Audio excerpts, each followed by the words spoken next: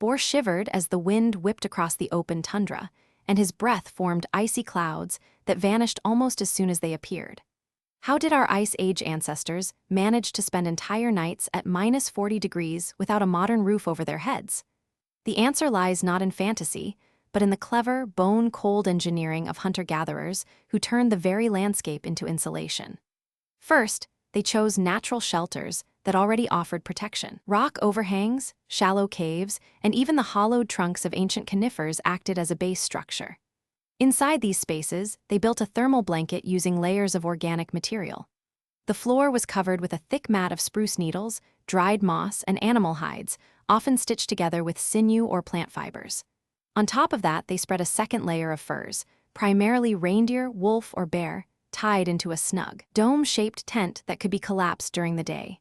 The furs' trapped air acted like modern down, dramatically reducing heat loss. But the real trick was the use of snow itself.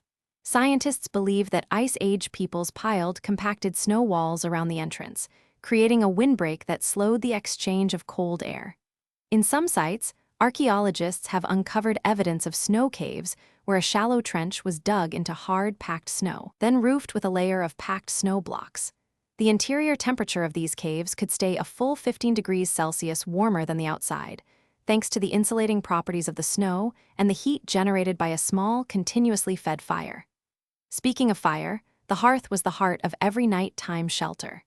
Even a modest flame, fed by pine resin and dry kindling, produced enough radiant heat to keep the surrounding air above freezing. To keep the fire burning through the long dark hours, they stored embers in insulated pits lined with ash and covered them with a layer of earth or stones, a technique that could preserve heat for up to 12 hours. Small portable firestones, often flint struck against pyrite, allowed them to reignite the hearth quickly if it went out. Ventilation was another crucial factor. Without a roof, a completely sealed space would fill with smoke and carbon monoxide. To avoid this, the furs were draped over a low wooden frame, leaving a narrow opening at the top that let smoke escape while still trapping warm air below. The opening was often covered with a thin piece of bark that could be lifted when the wind shifted, allowing the tribe to control airflow like a primitive thermostat. Finally, the communal aspect cannot be overlooked.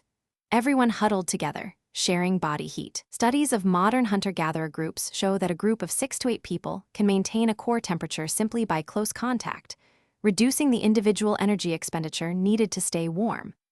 The combination of natural shelters, layered fur insulation, clever snow architecture, a well-managed fire, and the simple physics of shared body heat allowed Ice Age peoples to survive those brutal frozen nights. No modern roof required. How could a group of hunter-gatherers set up a camp that lasted a whole month in the middle of a glacier-slick valley without a single modern stove? The secret wasn't magic. It was a clever way of turning charcoal into a portable furnace, a technique archaeologists call the fire harvest trick. First, the hunters would locate a reliable source of dry wood, often dead spruce or pine standing in wind-scoured ridges, because even a single wet branch can kill a fire in -30 degrees.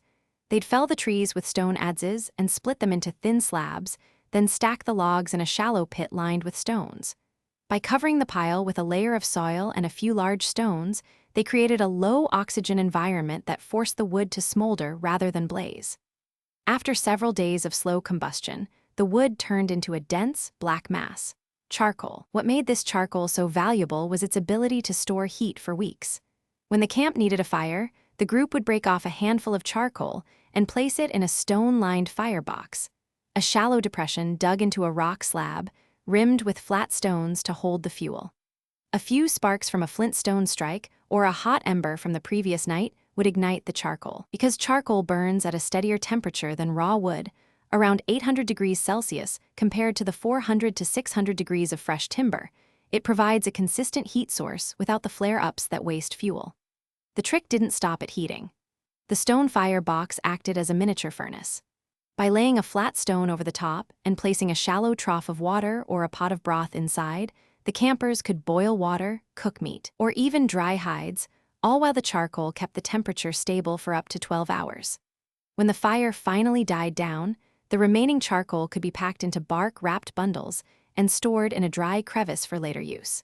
Because charcoal loses almost no mass when it cools, A single kilogram could produce enough heat to keep a small shelter warm for a full night, even when outside temperatures dropped below -40 degrees. Evidence for this practice comes from several Upper Paleolithic sites in the Alps and the Carpathians.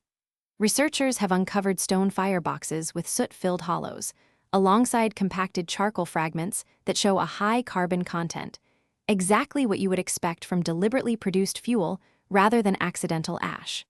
Moreover, wear patterns on nearby stone tools suggest they were used to shape and break the charcoal into manageable pieces, much like we would break a bar of soap.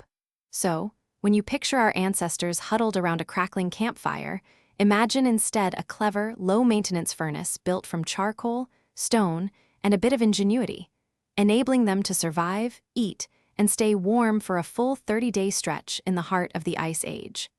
How could Neanderthals stay warm when the wind was biting enough to turn breath into ice? The answer isn't just mammoth fur and shaggy hides, it's the surprisingly clever use of plant fibers that acted like a natural snow camo insulation. When you picture a Neanderthal bundled up, you probably imagine a shaggy animal pelt draped over a hulking frame.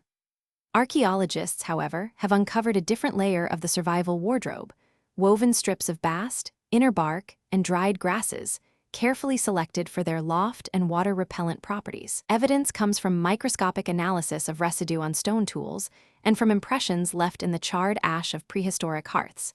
In a cave in the Altai Mountains, researchers found tiny fibers of spruce and birch pressed into the soot layers. These fibers are thin, yet when twisted into plaited cords, they form a breathable yet insulating netting. When wrapped around the body, they trap a thin layer of still, warm air, much like modern fleece. Because the fibers are naturally water-repellent, they stay dry even after a snow shower, preventing the deadly chill of a soaked coat. Neanderthals didn't just throw any plant material over their shoulders. They harvested the inner bark of willow and hazel during the late summer, when the cambium is rich in flexible fibers. The bark was split, soaked, and then twisted into cords. These cords were then woven into simple but effective blankets or sewn onto animal hides as inner linings. Experiments with replica garments show that a single layer of bast woven fabric can raise core temperature by up to 3 degrees Celsius in sub-zero conditions, enough to keep a resting hunter from slipping into hypothermia during a night watch. The choice of plant mattered. Grasses from alpine meadows, like fescue species, have a hollow stem that adds extra air pockets, while the fine fibers of sedge create a dense, wind-proof weave. By mixing different fibers, Neanderthals could tailor their clothing to the specific climate of a season or a microhabitat.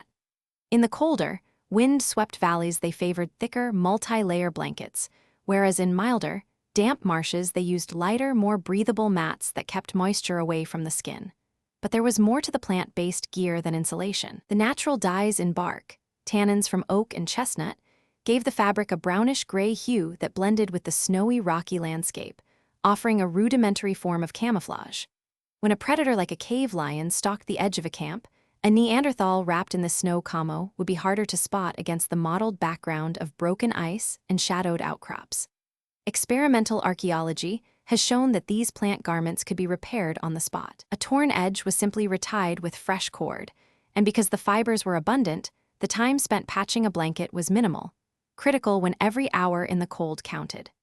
This flexibility also meant that clothing could be recycled season after season, reducing the need to constantly hunt large game solely for fur.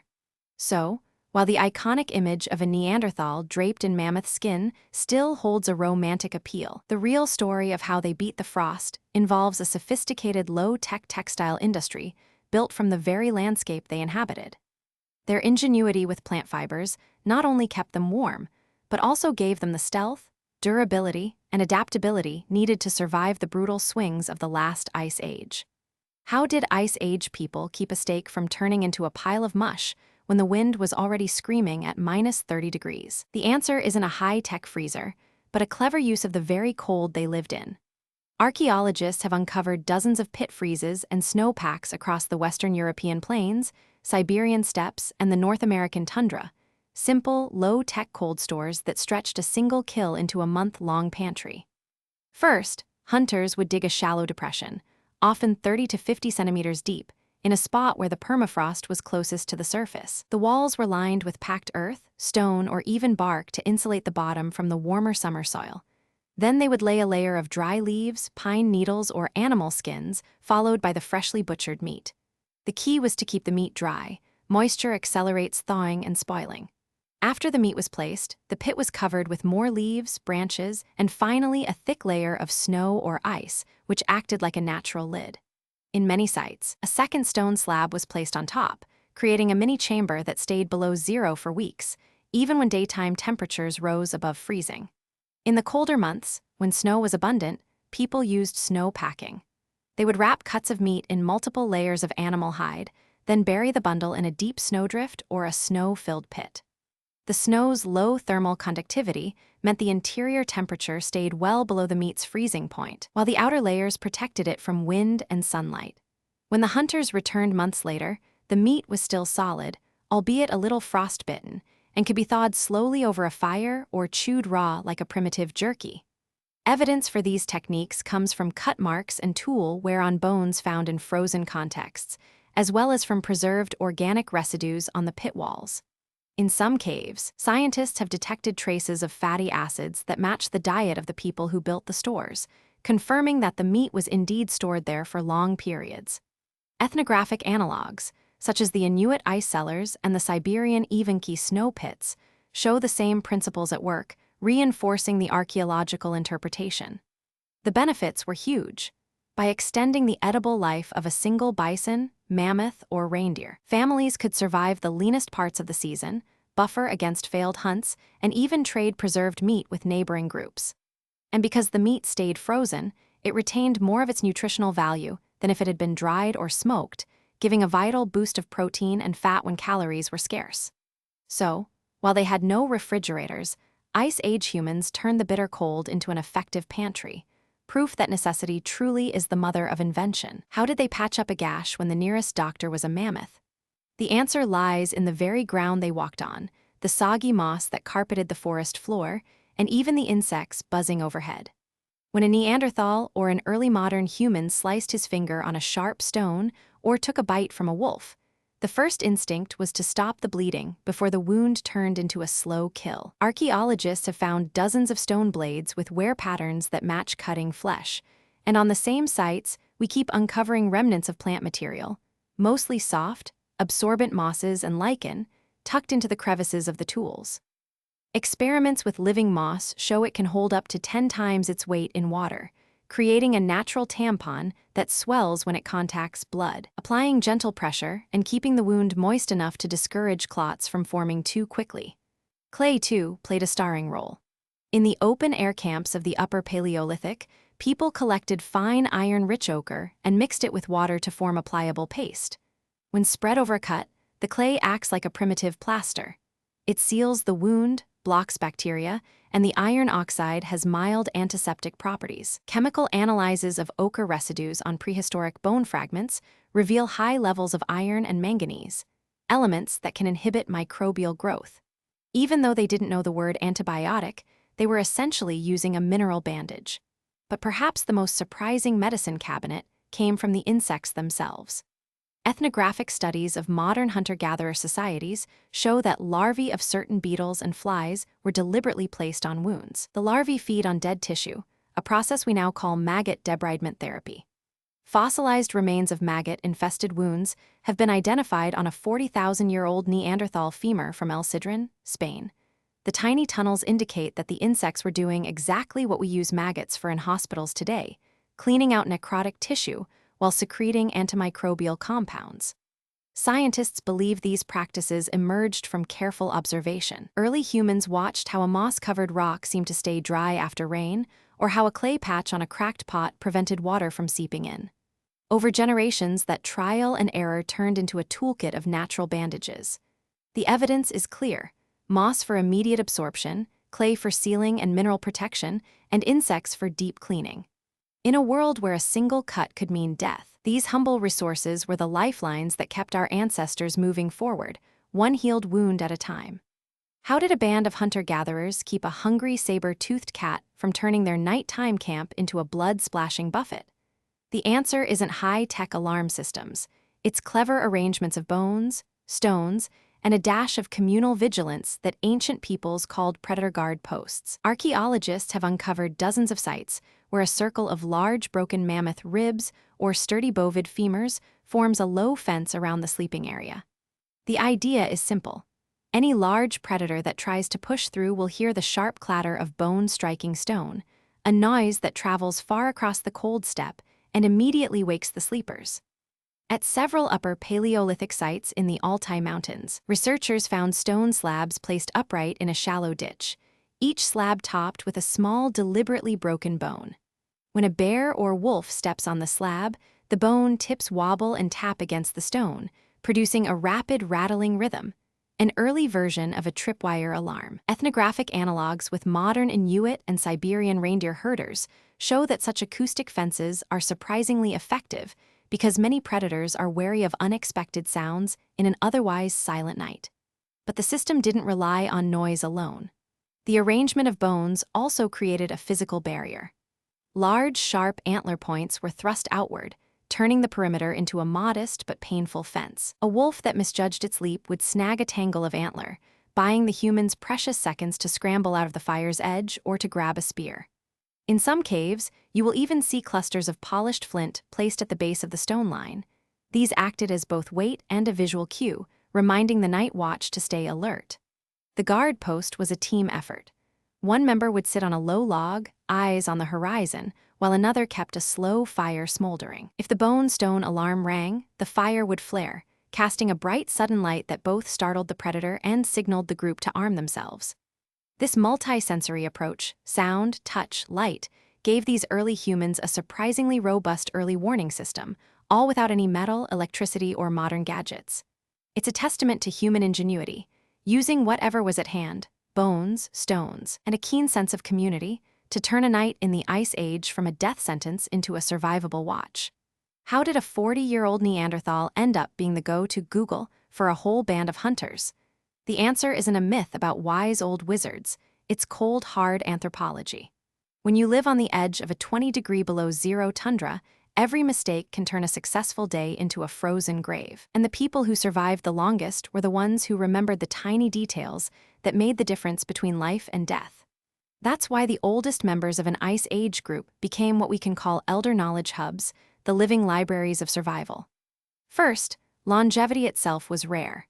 The average life expectancy for upper Paleolithic Homo sapiens was probably around 30, but a handful made it past 50, sometimes 60, thanks to a combination of genetics, good nutrition, and crucially a lower exposure to the worst injuries. Those elders had accumulated decades of seasonal observations, which lichen thaws first in early spring, which riverbank hides the most reliable fish during a melt, and which animal tracks signal a predator nearby. Excavations at sites like Dolny Vestanis show that older individuals were buried with tools and ornaments, suggesting they held a special status, not just as caretakers of fire, but as keepers of the group's software. Second, memory was the only portable storage they had. No paper, no tablets, just brain. Experiments with modern hunter-gatherer societies, such as the Kung and the Sami, demonstrate that elders routinely teach the young how to strip a hide without tearing the fibers, how to knot a cord from sinew that won't slip when the wind picks up, and even how to time a fire-starting ritual so the ember catches on damp tinder. Those lessons are encoded in repeated rituals, a nightly story circle around the fire, where the elder recounts the hunt of the previous season, the bitter taste of frost-bitten berries, the exact angle to aim a spear at a bison shoulder joint. Each retelling reinforces muscle memory and cultural knowledge across generations. Third, elders acted as decision-makers during crises. When a sudden blizzard rolled in, the group didn't just huddle randomly. They followed the weather wisdom of the oldest members, who knew, for example, that a low-lying snowdrift can act as a windbreak if you dig a shallow trench, or that the direction of the wind changes when you hear a certain howl of a wolf pack. Ethnographic parallels show that senior individuals often mediate resource allocation. Who gets the best spot next to the fire? Who shares the prime meat cut, based on social bonds they have cultivated over years? This reduces conflict, keeping the group cohesive when food is scarce. Finally, the very act of revering elders reinforced group cohesion. Archaeological evidence of communal burials with elaborate grave goods indicates a cultural emphasis on honoring those who had survived multiple glacial cycles.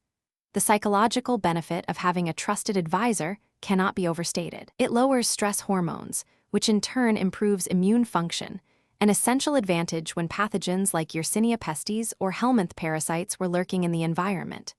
So, the next time you picture a grizzled Ice Age elder, imagine not a frail hermit, but a walking database, a strategist, a teacher, and a morale officer all rolled into one. Their knowledge hubs were the glue that held the tribe together, turning a loose collection of hunters into a resilient, adaptable unit capable of surviving -40 nights, starving winters, and the constant threat of saber-toothed cats. In a world without books, the oldest members were literally the survival librarians, keeping the tribe's story, its techniques, and its very chances of existence safely bookmarked for the next generation. How could a newborn survive when the wind outside was dropping to -40 degrees and the only shelter was a shallow pit lined with animal skins? The answer lies in a suite of practical low-tech tricks that Ice Age groups actually used, and which archaeologists can infer from wear patterns on tools, residue on pottery, and ethnographic analogs with modern hunter-gatherers. First, mothers didn't leave their infants lying on the cold ground. They built portable bedding bundles by wrapping the baby in several layers of freshly tanned hide, often from a reindeer or bison that had just been killed.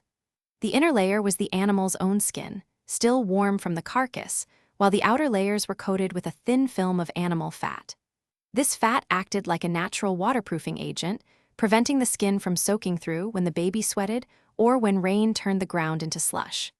Next, the whole bundle was placed inside a shallow pit, sometimes a dugout that could be quickly covered with a roof of branches and more hides. The pit's depth, usually no more than 30 centimeters, kept the bundle close to the Earth's residual warmth, which in winter can stay a few degrees above the air temperature.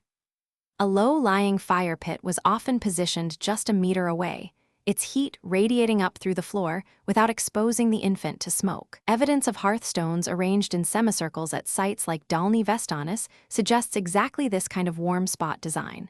When a fire wasn't feasible, say during a storm, people turned to body heat. A common practice was skin sharing. The mother or a designated caregiver would sit cross-legged, pull the infant up onto their chest, and wrap both in a shared cloak. This not only kept the baby at a stable 36 to 37 degrees, but also freed the mother's hands to tend to the fire or to process meat. Bone wear on the clavicle of some Upper Paleolithic females hints at repetitive shoulder loading consistent with this posture. Nutrition was another lifesaver. In the harshest months, mothers relied on a high-fat diet, mostly marrow, brain tissue, and the oily parts of seals or fish. Fat provides the calories needed to produce warm milk, and the high omega-3 content helps protect both mother and infant from the inflammation caused by cold stress. Isotopic analysis of infant teeth from the Goyet Cave shows elevated levels of marine fatty acids, confirming that even inland groups supplemented with river fish when possible. Finally, hygiene and wound care mattered. Babies are prone to skin infections, especially when wrapped tightly.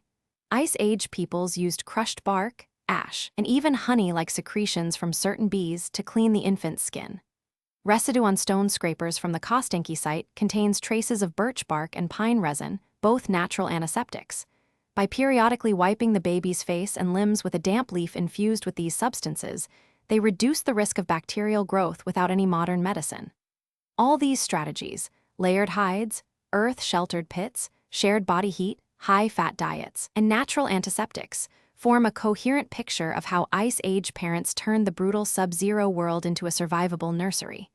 It wasn't magic. It was careful observation, clever use of every resource at hand, and a deep cultural knowledge passed down through generations. The result? Babies who could thrive in a world where a single night below freezing could mean death for an adult, let alone a newborn.